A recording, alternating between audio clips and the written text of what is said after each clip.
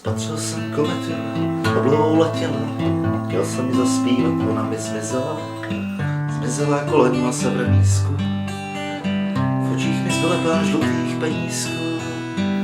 Penízky, kterou jsem do hlíny pod dubem, až příště přiletíš, mi už to nebude, mach pýcho marnivá. Spatřil jsem kometu, chtěl jsem jí zaspívat, o vodě, o trávě, o lese,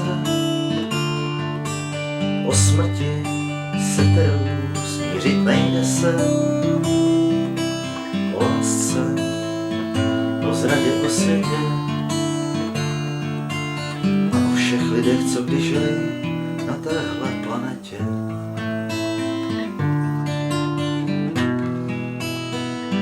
Na hvězdném nádraží cinkají vagony, pan Kepler rozepsal nebeské zákony, hledal až nalezl v hvězdářských triédrech tajemství, která teď neseme na bedrech.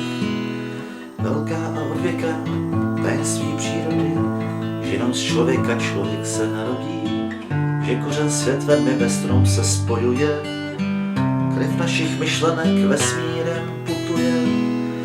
Na na na, na na na na na na,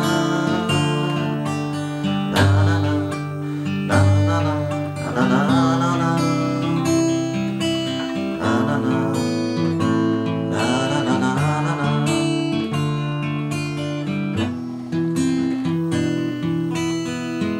Spatřil jsem kometu, bělé krlie, spod rukou umělce, který už nežije.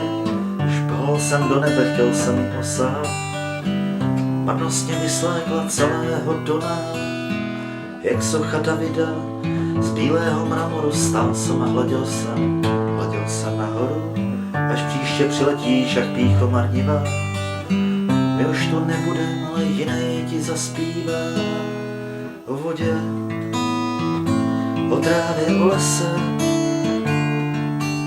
o smrti, se kterou smířit nejde se, o lásce, o zradě, o světě